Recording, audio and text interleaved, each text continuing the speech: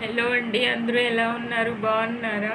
నాదైతే first channel పోయిందండి. ఏదో నేను ఈ ఛానల్ను తీసాను. ఆ ఛానల్కి కూడా అందరూ కూడా ఏదేదో మాటలు ఒక అన్నీకి నేను అతను మన ఇది కాదు, మన ఇది కాదు, నేను చాలా సపోర్ట్ ఇచ్చేదాన్నండి. అయితే నేను నేను నా మనసు ఎంత మంచిదో దేవుడికి తెలుసు. అయితే నేను చాలా చాలా లైవ్కి వెళ్ళి చాలా సపోర్ట్ ఇచ్చేదాన్ని. అందరి దగ్గర నాకు చెడ్డ చేస్తున్నారు, వాళ్ళ లైవ్లోకి వచ్చి వాళ్ళ లైవ్లోనే రావాలి, వాళ్ళకే మంచి చేయాలి అని చాలా ఇబ్బందిగా ఉంటుందండి. మధ్యాహ్నం నేను 12:30కి లైవ్ ఓపెన్ చేశాను.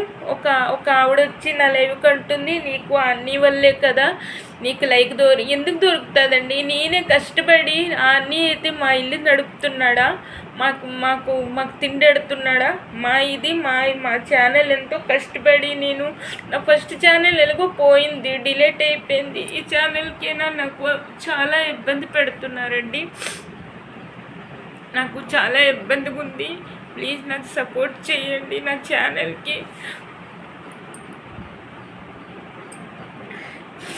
నేనేం చెప్పాలో అర్థం అవడం లేదు. అందరి దగ్గర నా పేరు తెస్తున్నారు. పేరైతే చెప్పనండి, చాలా ఇబ్బంది అయిపోద్ది. పేరైతే చెప్పను.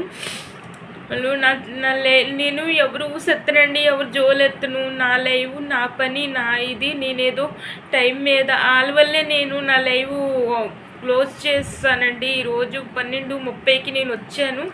ఒక ఆవిడ వచ్చి అంటుంది, నువ్వెందుకు అతను ఇది తీస్తావు అని అంటుండాలి. అయితే నేను లేదండి, నేనేమీ అనలేదండి. ఎందుకంటే నా మనసుకు తెలుసు అతనికి నేను చాలా వెళ్ళి చాలా సపోర్ట్ చేసేదాన్ని. కానీ అవన్నీ వాళ్ళకి తెలియదండి.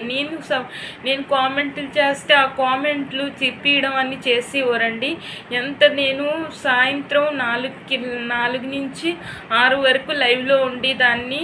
అయినా సరే వాళ్ళకి ఇది ఉండదండి, పేరు ఉండదు, ఊరు ఉండదు.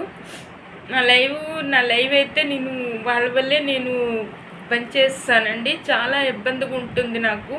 నేను ఊసెత్తను, జోలెత్తనండి. ఎలాగో వీడియో వస్తే నేను అలాగే చేస్తానండి.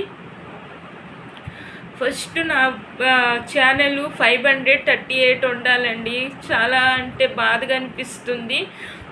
అదైతే ఆ దేవుడి దయ వల్ల ఈ ఛానల్ సక్సెస్ అవ్వాలని ఆ దేవుడితో కోరుకుంటున్నానండి. మీరు కూడా నా సపోర్ట్ ఇవ్వండి. తప్పకుండా మన తెలుగు ఫ్యామిలీ సపోర్ట్ చేస్తే తప్పకుండా ఛానల్ సక్సెస్ అవుతుంది.